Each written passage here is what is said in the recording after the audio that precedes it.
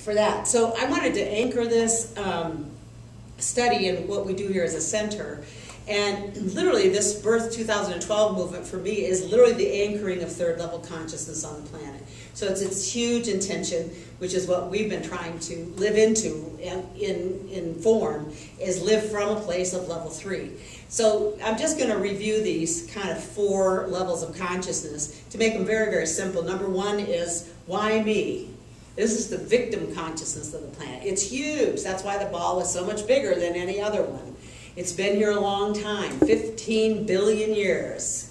Been on that nature of consciousness has been on the planet. And then just 50,000 years ago, level 2 came in by me. It was called, okay, to heck with you guys victimizing me. I'm going to victimize you and be the ruler over you.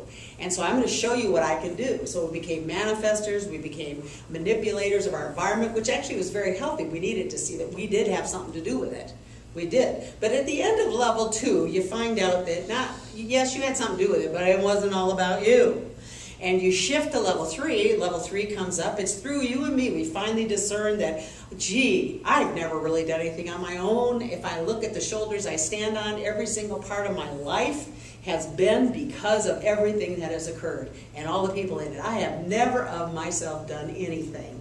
In fact, and in this series, and what Barbara talks about a lot, especially when we look at the work from essence, or from ego to essence, and shifting there, is actually realizing that I am not breathing myself. You aren't breathing yourself, but you're being breathed. That's a very different ka-chink, right? Ka-chink in the mind. I'm being breathed. I am here a purpose of a breath greater than my own. It's speaking through me. It's, you know, I am you and you are me. You need to hear this so you're here. I need to hear you. I need to hear Dinah's music, so she's here. I need to hear January's prayer. I need to, you know, it's everybody's, you're all a part of me, and I am of you. There is no separation. And so it's, wow, isn't this amazing, this cacophony of creativity through all these different wonderful little godlings. That's what G. Houston calls us, godlings. And so we're all little godlings of the big God.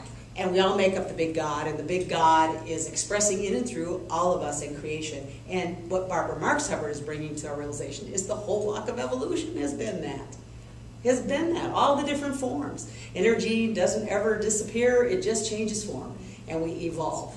And so it's just moving on. And so just 150 years ago, the recognition that there was a level 3 consciousness, that we're, just 150 years ago, look at the difference between 15 billion, 50,000, now just 150 years ago.